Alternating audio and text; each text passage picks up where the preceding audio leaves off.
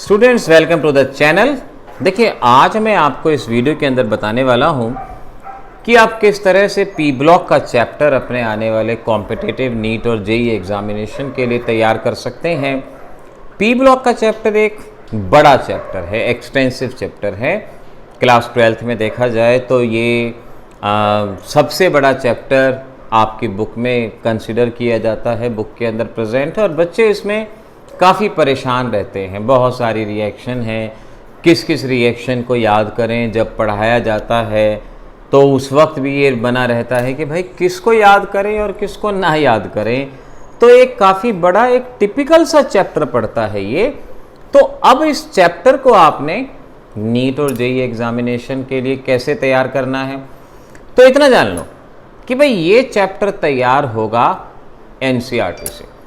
P block का chapter, D block का chapter, जितने भी इनऑर्गेनिक के चैप्टर हैं, इनके मैक्सिमम क्वेश्चन आपकी एनसीईआरटी से ही प्रिपेयर होंगे, एनसीईआरटी से ही तैयार होंगे। अब एनसीईआरटी बुक को आपने पढ़ना है, हर एक पैराग्राफ पढ़ना है। कैसे पढ़ना है मैं बताता हूँ अभी। और उस बेसिस पे अपने शॉर्ट नोट्स बनाने हैं और अपने शॉर्ट नोट्स बना के आपने इस चैप्टर को प्रिपेयर करना है। अब देखो, जैसे आपने एनसीईआरटी की बुक को ओपन किया और उसमें चैप्टर आ गया पी ब्लॉक एलिमेंट।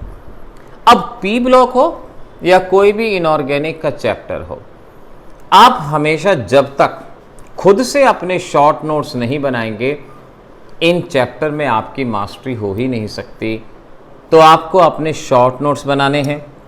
अब जैसे पी ब्लॉक में हम कह सकते हैं ग्रुप नंबर 15 है, तो आप सबसे पहले पैराग्राफ पढ़ो, अपने पास A4 शीट या कोई भी कॉपी रखो और कुछ इंपॉर्टेंट पॉइंट्स को आपने मार्क किया। जैसे molecular nitrogen comprise of 78% volume. ये तो आप लोअर क्लासेस से जानते ही हो कि हमारे एटमॉस्फेयर में सबसे ज़्यादा नाइट्रोजन होता है। अब देखो, in earth crust it occurs at sodium nitrate NaNO3 called as Chile saltpetre and potassium nitrate Indian saltpetre. अब ये आपके क्वेश्चन बन गया, ये शॉर्ट नोट में ऐड होगा कि हमारी अर्थ क्रस्ट में ये NaNO3 और KNO3 की फॉर्म में मिलता है। इंडियन सॉल्ट पीटर किसे कहते हैं? KNO3 को कहते हैं, जैसा कि मेंशन है। और चिली सॉल्ट पीटर किसे कहते हैं? NaNO3 को कहा जाता है। तो जब आप एनसीईआरटी पढ़ें तो इस तरह से अपने नोट्स बनाने होंगे। It is found in protein etcetera. Phosphorus occurs in mineral. Phosphorus minerals में मिलता है। और फास्फोरस के बारे में जैसे आपको यहाँ कहा गया Ca9PO4 6, तो ये फॉर्मूला याद रखना होगा शॉर्ट नोट्स में कि फास्फोरस का मिनरल क्या है। तो इस तरह से आपने अपने शॉर्ट नोट्स को यहाँ पर बनाने की कोशिश करनी। जैसे ये देखो, arsenic, antimony and bismuth are found mainly as sulphide. तो क्वेश्चन आ जाएगा, इनमें से कौन सा एलिमेंट सल्फाइड मिनरल के फॉर्म में मिलता है, कौन सा नहीं मिलता।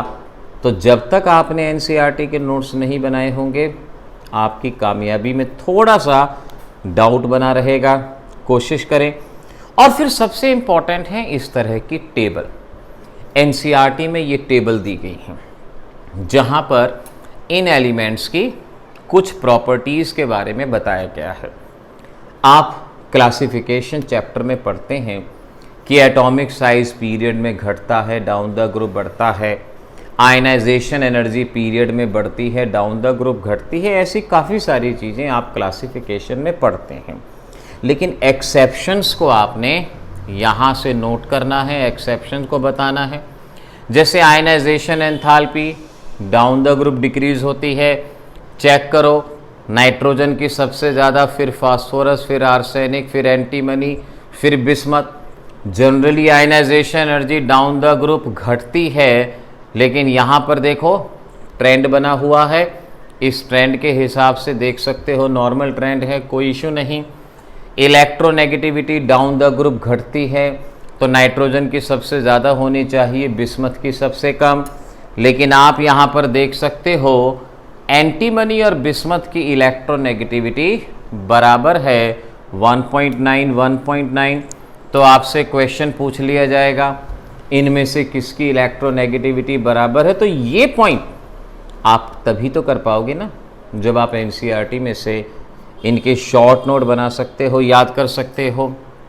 Covalent radii, down the group size बढ़ता है, नॉर्मल ट्रेंड है, इसे लिखने की ज़रूरत नहीं, कुछ ज़रूरत नहीं।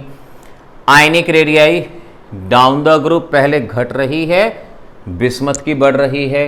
ये इंपॉर्टेंट पॉइंट हो गया कि भाई यहाँ से आयनिक रेडियाई नाइट्रोजन से लेके आर्सेनिक तक बढ़ती है, फिर घटती है और फिर बिस्मथ की ज़्यादा। तो ये इंपॉर्टेंट पॉइंट के तौर पे आपको लिखना ही होगा, आपको याद करना होगा।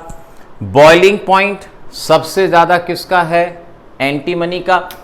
अब ये कोई ट्रेंड तो नहीं है ना, ट्रेंड तो तब होता जब डाउन द ग्रुप चीज़ लगातार बढ़ती या पीरियड में लगातार बढ़ती। यहाँ तो क्या हो रहा है, पहले ये कम है, फिर बढ़ा, फिर बढ़ा, फिर और ज़्यादा बढ़ा, फिर घट गया। तो इसीलिए सबसे ज़्यादा बॉइलिंग पॉइंट किसका है, सबसे कम बॉइलिंग पॉइंट किसका है, ये याद रखना। ऐसे ही फिर आगे आप एनसीईआरटी में पढ़ोगे तो जैसे जैसे आप पैराग्राफ पढ़ते जाओगे आपको कुछ ना कुछ इंपॉर्टेंट पॉइंट मिलता जाएगा। उन इंपॉर्टेंट पॉइंट को एक कागज़ पे नोट डाउन किया और वो आपका शॉर्ट नोट बन गया और उस शॉर्ट नोट को आपने याद किया और आप देखेंगे बहुत कम समय में आप इस चीज़ को तैयार करोगे। जैसे ऑक्सीडेशन स्टेट का ट्रेंड हो गया, तो ऑक्सीडेशन स्टेट यहाँ बताया गया कि कॉमन ऑक्सीडेशन स्टेट ये है, टेंडेंसी टू -3 ऑक्सीडेशन स्टेट घटती है, नाइट्रोजन +1 +2 +4 भी शो करता है। अब जब बच्चा कंसेप्ट पढ़ेगा तो वो ये पढ़ेगा कि कॉमन ऑक्सीडेशन स्टेट -3 +3 +5 है, लेकिन नाइट्रोजन तो +1 +2 +4 की स्टेट भी शो कर रहा है। तो ये आपका शॉर्ट नोट हो गया। तो इसीलिए एनसीईआरटी बुक को पढ़ें, उसमें से शॉर्ट नोट बनाएं, stability of +5 oxidation state decrease, ऐसे काफ़ी पॉइंट मिलेंगे। आप इन सभी पॉइंट्स को एनसीईआरटी बुक खोल लें, उसके साथ साथ पढ़ें और ऐसे अपने शॉर्ट नोट बनाएं और इन शॉर्ट नोट से ही पी ब्लॉक और सारी इनऑर्गेनिक केमिस्ट्री तैयार होगी। मुझे उम्मीद है मैंने आपको ये बता दिया है कि किस तरह से शॉर्ट नोट बनाना है। बस लग जाइए शॉर्ट नोट बनाने में और इनऑर्गेनिक का डर तुरंत मन से निकाल दीजिए, खत्म होगा इनऑर्गेनिक का डर। मिलेंगे अगले वीडियो में। All the best.